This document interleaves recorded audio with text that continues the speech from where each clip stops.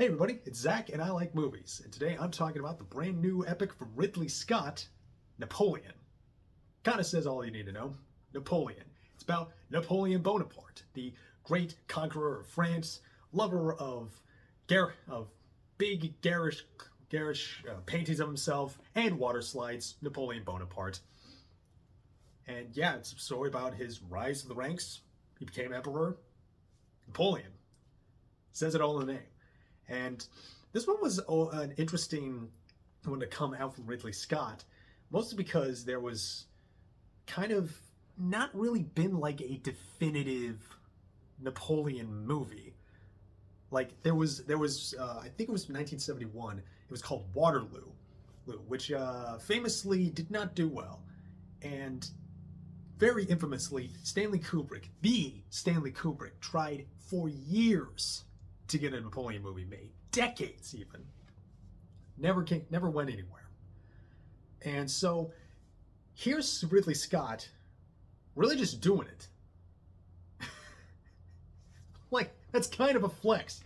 Stanley Kubrick, auteur perfectionist of the highest regard, toiled for decades and decades and decades, couldn't figure out how to do it. And then Ridley Scott, 85 years old, grumpy, and British, decides, I'm going to do Napoleon. I've done Napoleon. Like a flex move. He just does it. And we know he's got like 2 more movies of this scale left in him. Like he's still got Gladiator 2 to come out.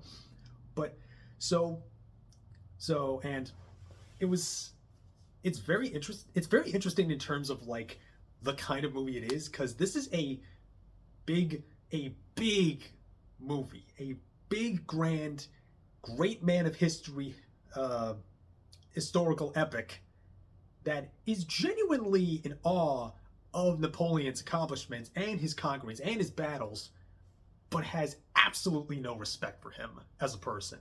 Like, not even a little.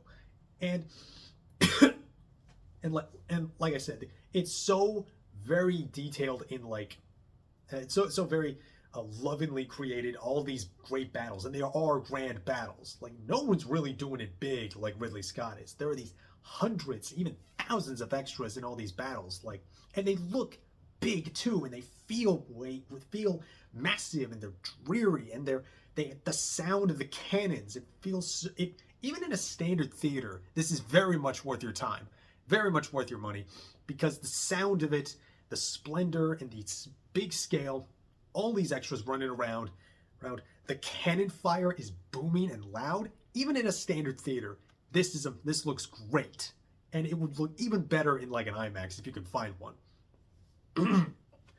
But the between stuff, between all these great battles, like the Battle of Austerlitz is incredible, and between all these battles, you have Napoleon, who's just going around, trying to gain power, and just being a sick, weirdo little freak. And Joaquin Phoenix's performance of Napoleon, he's very brutish. He has no manners at all. He slouches a lot in his chairs. He's like almost pig. He's like piggish. He's also quite a horn dog. Like, in a way, his performance of Napoleon doesn't feel too far off of his performance as Freddie Quell in The Master. Like, but Freddie is like, he's very animalistic. He was driven by his desires, his libido, and his hunger. He's just a wild animal in male clothing. And Napoleon, he thinks himself as a refined aristocrat, but he obviously does not behave that way. And I guess in a way it feels more akin to Commodus, his character in Gladiator, or Caligula even. And between like his various stations in France authority and his battles, there's also that very fascinating relationship with his wife Josephine, who's played incredibly by Vanessa Kirby.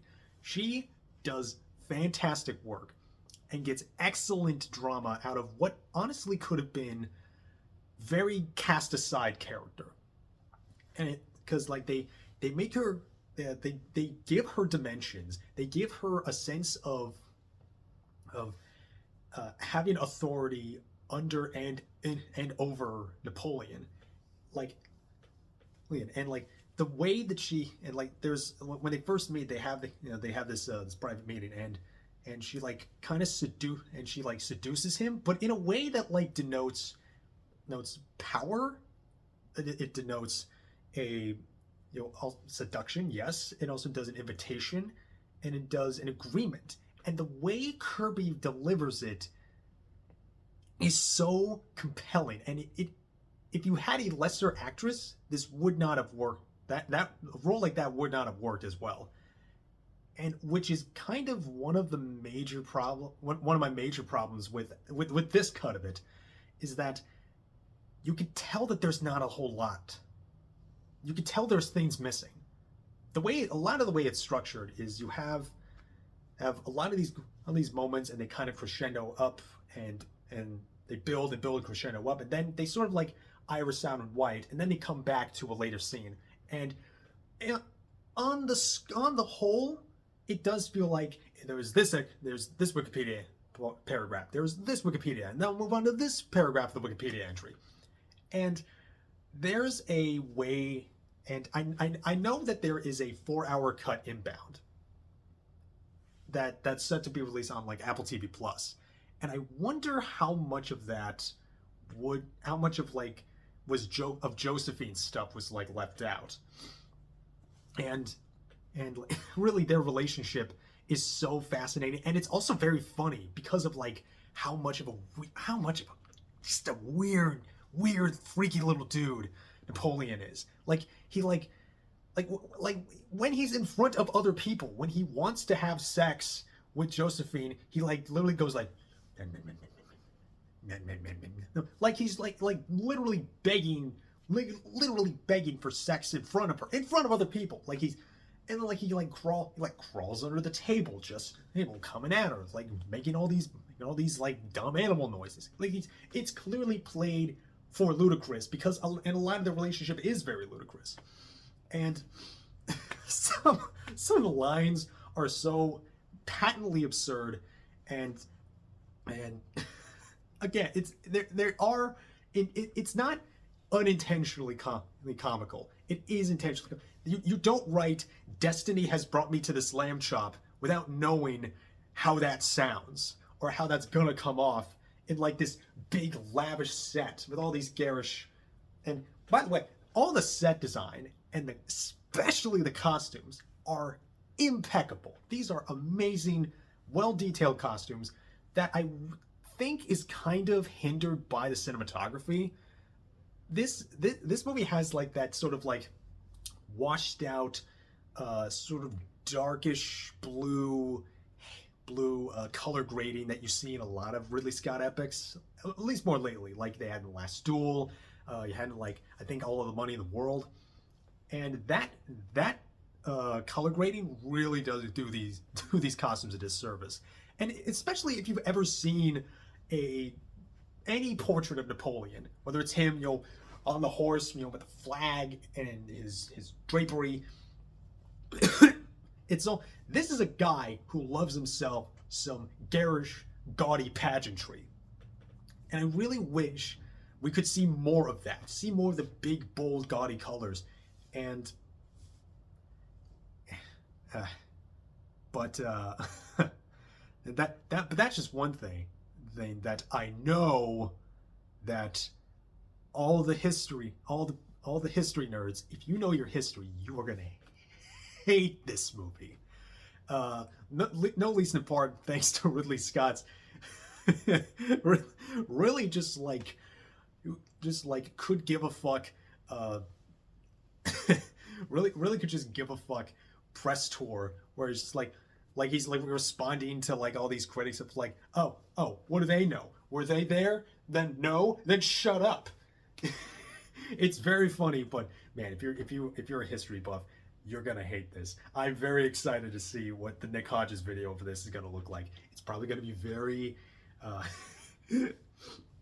very, very not polite.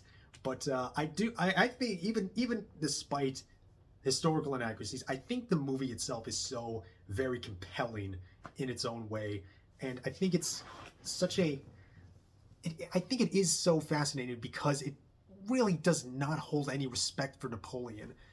Like, yeah, it is, and it is huge. This is definitely worth seeing in the theaters. Please watch this in theaters, and especially in an IMAX before it gets shunted out onto Apple TV Plus. Which, yeah, if you got a good TV, please watch this, but definitely see this in a theater. This is absolutely worth your money. The scale is incredible. The sound is amazing. The costumes are lavish. The performances are really compelling. And it's so... he's just a freak. And it's so... I can't emphasize what a loser this guy is. Even the movie, the ultimate coda of this movie is Napoleon was a freak. He was a loser. And nobody should have liked him. And he got millions of people killed. What an asshole, am I right? And I think that's a compelling enough movie for, like, I think that's a compelling enough reason to check out, you know, a big historical epic from one of our greatest craftsmen of cinema.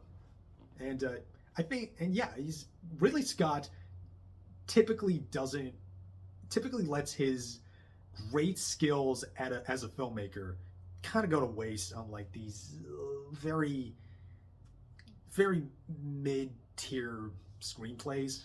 Like for every last duel Ridley Scott, there's also House of Gucci Ridley Scott. That's funny, but like that could be entertaining, but like not intentionally. And I think for all the qualms that it has, for all the historical inaccuracies, this is very much a worthwhile film. I think if you are into this kind of history, you should watch it just out of curiosity. If you're into big scales, into feeling getting a grand experience out of it, please see this. Again, please see this. It's really good. I am team Ridley in this, and I hope. And he's probably got 2 more of these in him. He's got Gladiator 2 inbound with Paul Mescal. I'm very excited for that, and I don't know what else does he got. I don't know if he has like a 7th Alien. I don't think he's doing Alien 7 or whatever that is. And hopefully he has at least 3 more. You know, at his rate, he shoots really fast. This was, in fact, a movie this big was shot in like 60 days, like 60-something days. That's insane to me. How do you make something this big that quick? And he's still going. So long as we still have Ridley Scott, we're probably going to get something good. More often than not, it's very well made, very well shot. I'm feeling for the theatrical cut, I'm feeling a strong 7. Bring on the 4-hour cut. Hopefully that adds more battles. Hopefully adds more for Josephine, more of Joaquin Phoenix being a weirdo who like is so angry that they have boats, and it's really good. Definitely give this a shot. Hope you've seen Napoleon. What's your favorite Ridley Scott? Well, actually, what's your favorite lower Ridley Scott movie? Lower tier Ridley Scott, I should say. Like, is it like a House of Gucci? You know, with Paolo Gucci. And yeah, comment, like, subscribe, share, please. I'd really like to keep doing this. I really like to start making a living out of this. I've been very busy with work. It's very rough, very busy, 4th quarter as it always is. But I'll keep watching movies. I got plenty to watch and plenty out there to watch. And I'll be seeing you all later, and keep watching movies.